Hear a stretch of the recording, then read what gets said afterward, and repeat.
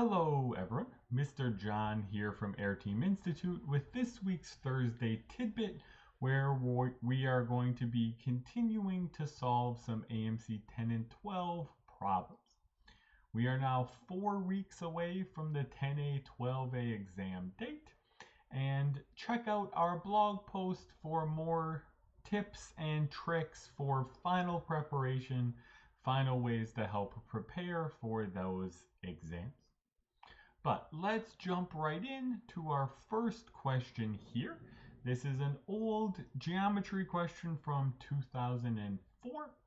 It's not too difficult, but it's an interesting one to talk about here quick.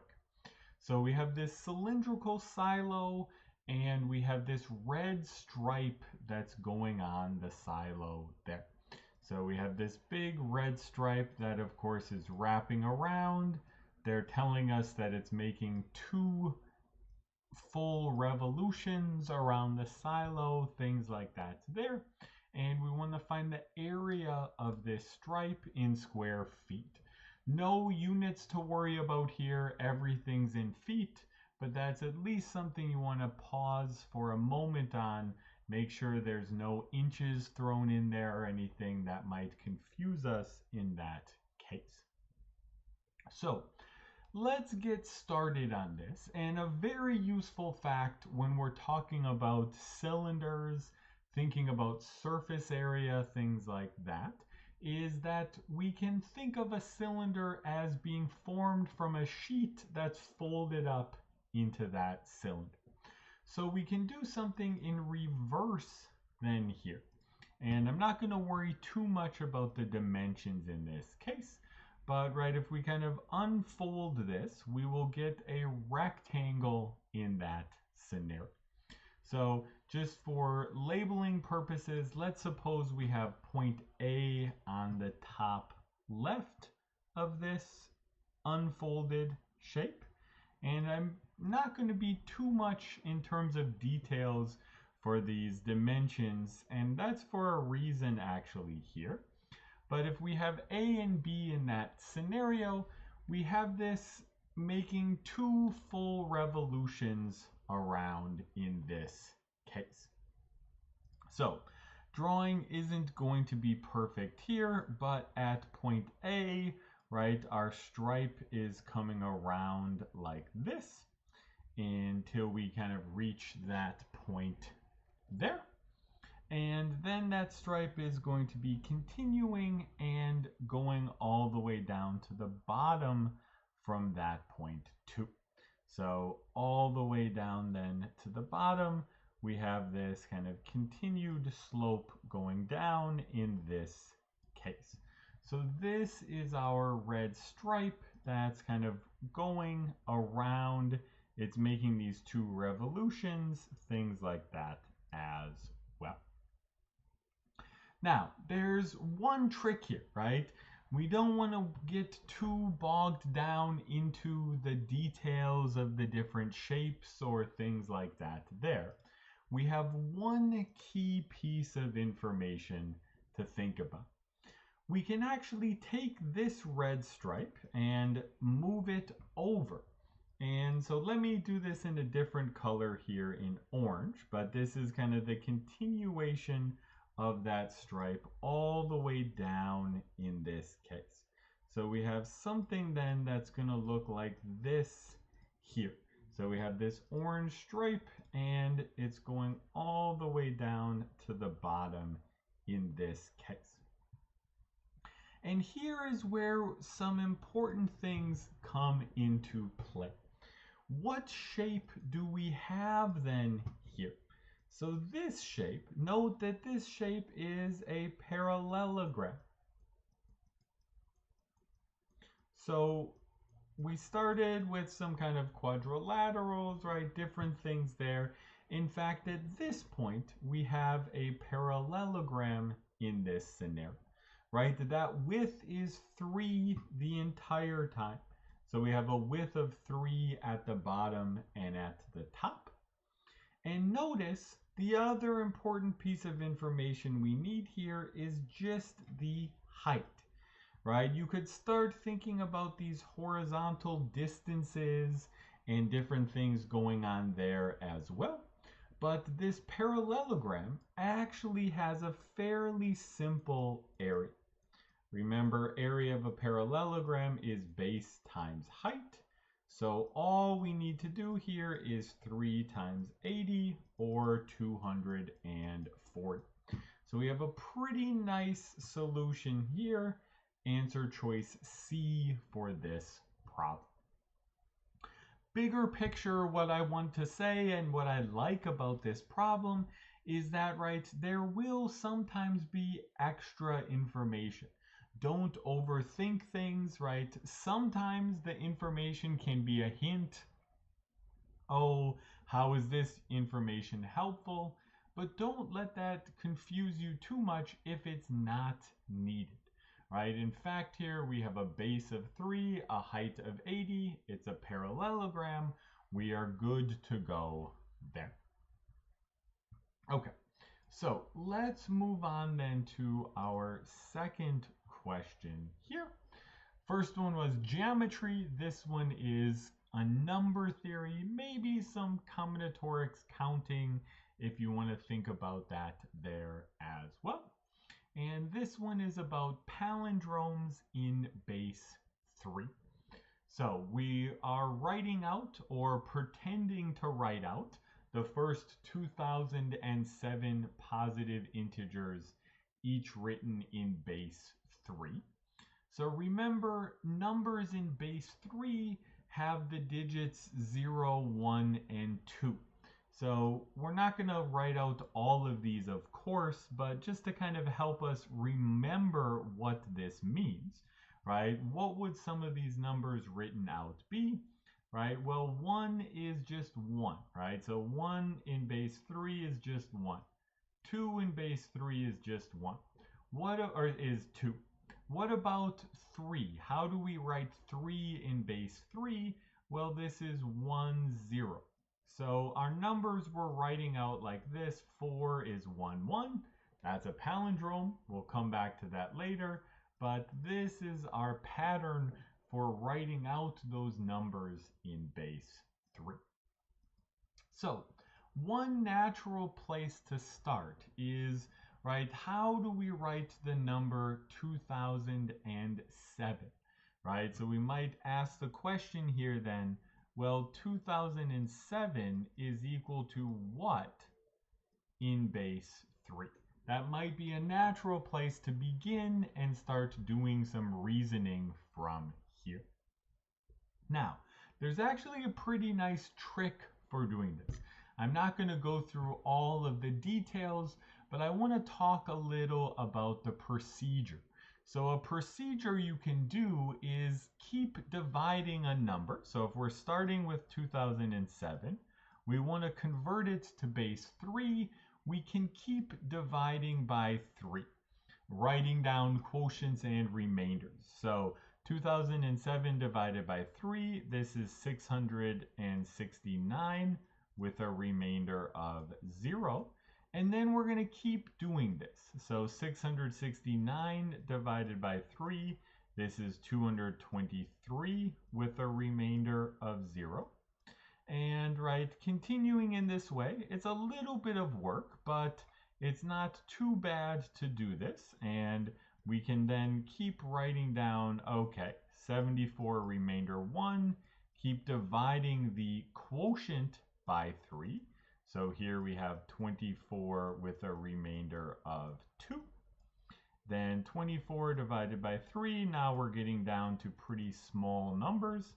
So this is 8 with remainder 0. And it might look a little bit weird, but we're going to go all the way until our quotient is 0. So we have 2 remainder of 2, and then of course 2 divided by 3, that is 0 with a remainder of 2.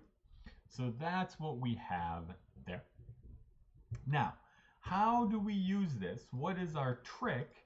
And you can think about this like last digit. So if you want the last digit of a number, you divide by 10, or you look at the remainder when you divide by 10. So the last digit is 0. The second to last digit is 0. So in fact, if you're going to write out the number, then you go from the bottom to the top, and we would write out in base 3, the number 2007 is going to be 2202100.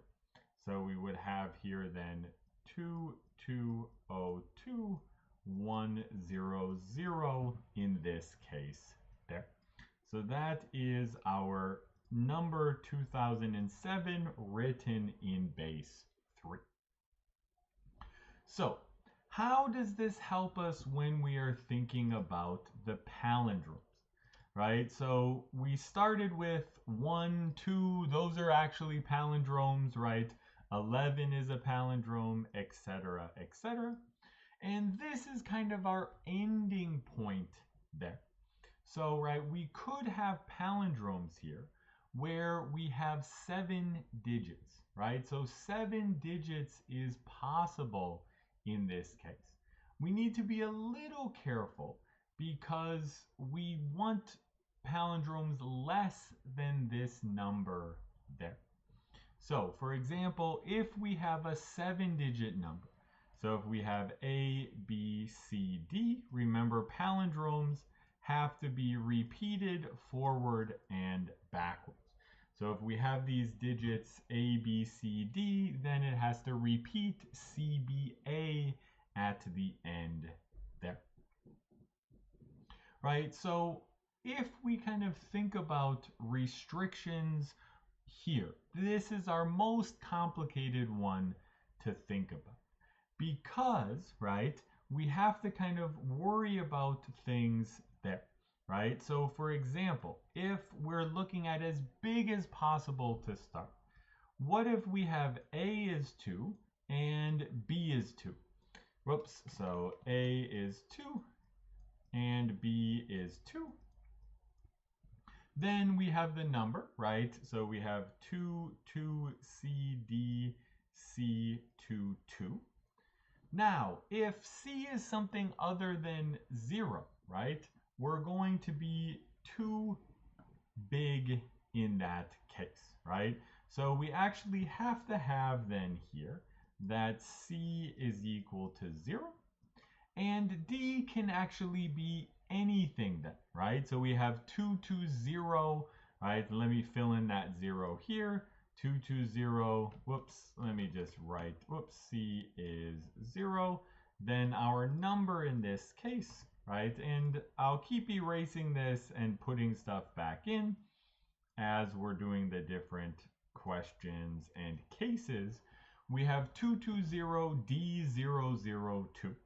So it's not too hard to see that D equals 0 is okay, because then we have 2202, that's less, or 2200 is less than 2202. Same with the 1 and the 2 actually. So this case here will give us 3 ways in that scenario. So, right, if A is 2, B is 2, we have to be a little bit more careful, and we have 3 ways there. Now, if A is 2 and B is 1, right, we kind of, or let me say actually this way, B is less than 2, meaning that B could be 0 or 1. But note that once B is less than 2, all of these numbers work. Right? Any 7-digit starting to 1 is okay for our palindrome. So there are 2 choices for B here, and then C and D can be anything. So 2 times 3 squared ways in this case.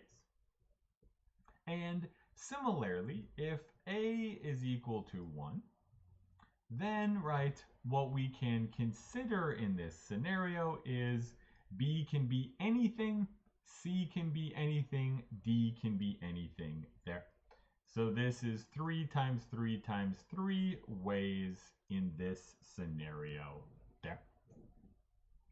So the 7-digit case was the kind of most complicated one there, right? That was our kind of messiest one in this scenario. And this in total, right? So the total here for the 7-digit number, we have 3 plus 18 plus 27, right? So we have 27 here, and then we have our 18, and then 3 more in that scenario in this case, right? So those are the ones that we have kind of in this case as well, right? So this gives us 48 possibilities there. Now, let's do the rest of this quickly. It's going to be very similar. Now, any 6-digit palindrome in base 3 is good. Any 5-digit is good, right? Any 4-digit is good, etc.